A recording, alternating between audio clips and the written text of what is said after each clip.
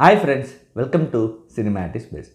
Cinema at is பெஸ்ட்டில் இப்போ நான் பார்க்க போகிற திரைப்படம் என்னென்னா மாங்க்ரல். இந்த திரைப்படம் வெளிநாடு 2024. இது வந்து பார்த்திங்கன்னா ஒரு தாய்மண் நாடு திரைப்படங்க. இது ரைட்டர் அண்ட் டேரக்டர் சொல்லி பார்த்தீங்கன்னா வே லியாங் சியாங். திரைப்படத்தில் வேன்லா பொருங் ஜுங்மான் ஊமா மொழிபெயர்ப்பு பண்ணியிருக்காரு. சரிங்க, மாங்க்ரல் என்ன மாதிரி கதைக்களம் பார்ப்பாங்க. அதாவது வந்து இந்த கதைக்களம் நடக்கிறது தாய்வானில் தான்.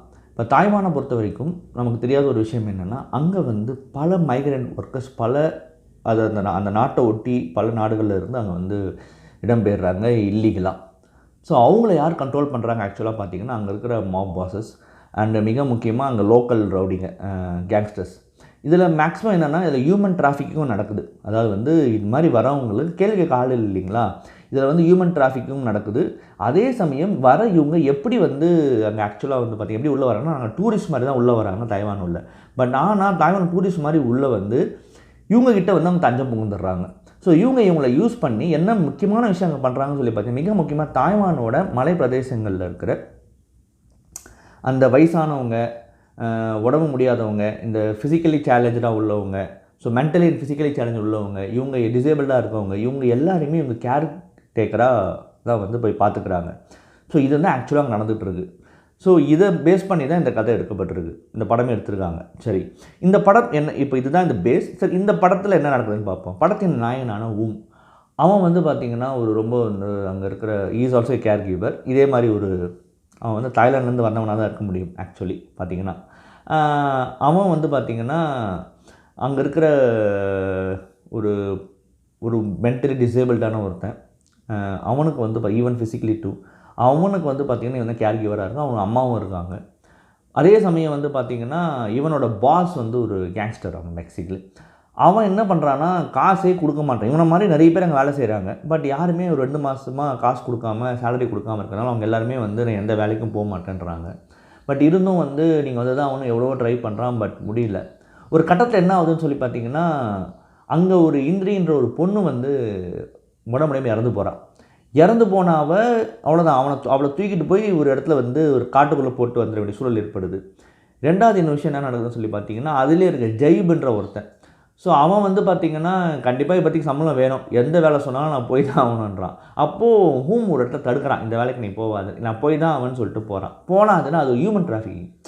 அந்த 6 பேரை கூப்பிட்டு போகிறான் பாஸு. கூப்பிட்டு போயிட்டு அந்த 6 பேரை விற்றுட்டு அது காசு வாங்கிட்டு வந்துடுறான். அந்த காசை திருப்பியும் கொடுக்க மாட்டான்னு வச்சுக்கோங்க.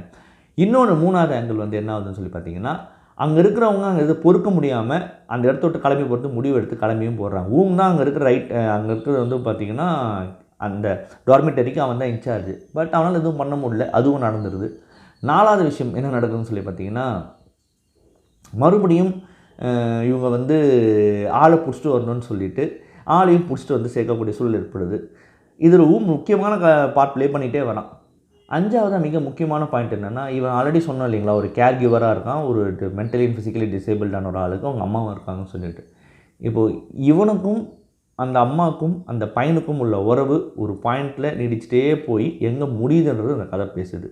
ஓவராலாக மாங்க்ரல் அப்படின்றதுக்கான அர்த்தம் என்ன அப்படின்னு சொல்லி பார்த்திங்கன்னா, கலப்பு நாய் அப்படின்னு நம்ம சொல்லுவோம். அதாவது வந்து இதுவும் இல்லாமல் அதுவும் இல்லாமல் அப்படின்னு பிறக்கிற ஒரு நாய்களை நம்ம அப்படின்னு சொல்லுவோம் இல்லைங்களா. மாங்க்ரலோட அர்த்தம் அதான் ஆங்கிலத்தில், கலப்பு நாயின் தான். பட் இந்த கதை பேசுகிறது, இந்த படம் பேசுகிறது தான், இதுவும் இல்லாமல் அதுவும் இல்லாமல் தான் சுயமாக முடிவெடுக்க முடியாமல் இந்த இடத்துல மாட்டிக்கிட்ட ஒருத்தனோட கதை தான் இந்த ஒட்டுமொத்த இதுவுமேங்க படமேங்க. சரி, இவ்வளோ தூரம் நான் ஏன் அந்த படத்தை சொன்னேன்னா, ஃபர்ஸ்ட் ஆஃப் ஆல் இந்த படத்தை நீங்கள் பார்க்க ஆரம்பிக்கும் போதே நீங்கள் ஒன்று முடிவு பண்ணிக்கணும்.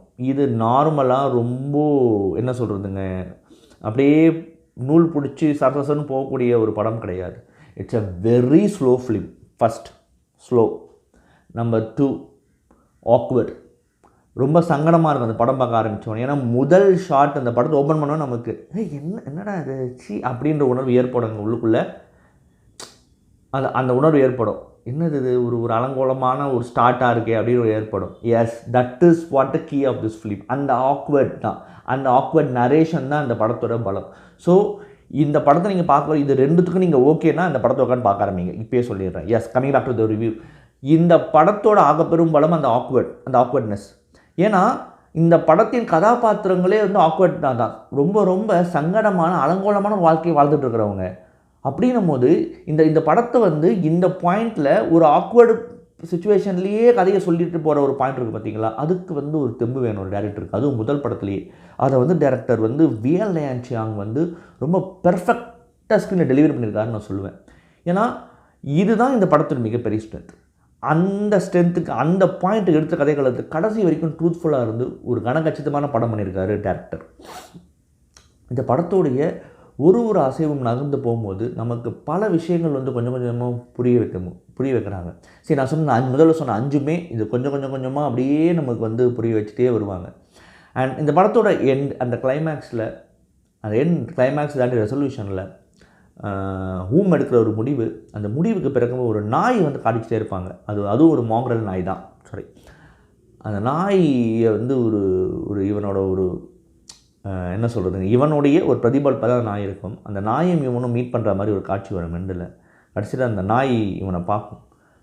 C the point is what is there, என்ன இதுவும் இல்லாமல் அதுவும் இல்லாமல் முன்னாடி சொன்னது தான். ஸோ அந்த இடத்துல அந்த நாய் இவனை பார்க்குற போது இவங்க 2 பேருமே ஒன்று தான். ஸோ இந்த மாதிரி ஒரு விஷயத்தை வந்து அந்த இடத்துல சொல்லும் போது ஆஸ் அ ஆடியன்ஸ் நம்ம படம் பார்க்குறதுக்கு நம்மளுக்கு டெஃபினட்டாக ஒரு உள்ளுக்குள்ளே ஒரு பூம் ஏற்படுத்தான்றது உண்மை. அதுலேயும் வந்து ஒரு as a director has been stand அப்படின்னு நான் சொல்லுவேன்.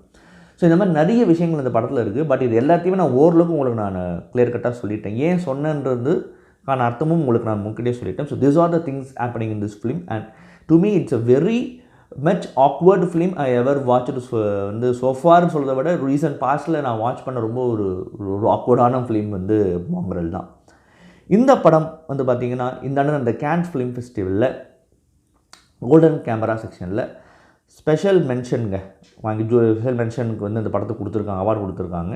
அண்ட் as well as இந்த படம் கோல்டன் கேமராவுக்கும் நாமினேட் ஆகிருக்குங்க. டெஃபினட்டாக நீங்கள் மாங்க்ரல் படம் பாருங்கள். ஒரு நல்ல படத்தை பற்றி உங்களுக்கு கண்டிப்பாக இருக்கும், சந்தேகம் இல்லைங்க. மறுபடியும் திரும்ப உலக சினிமா வீடியோ இல்லை ரீஜனல் சினிமா வீடியோ இல்லை ஷார்ட் ஃபிலிம் வீடியோ சந்திக்கிறேன். நன்றி, வணக்கம்.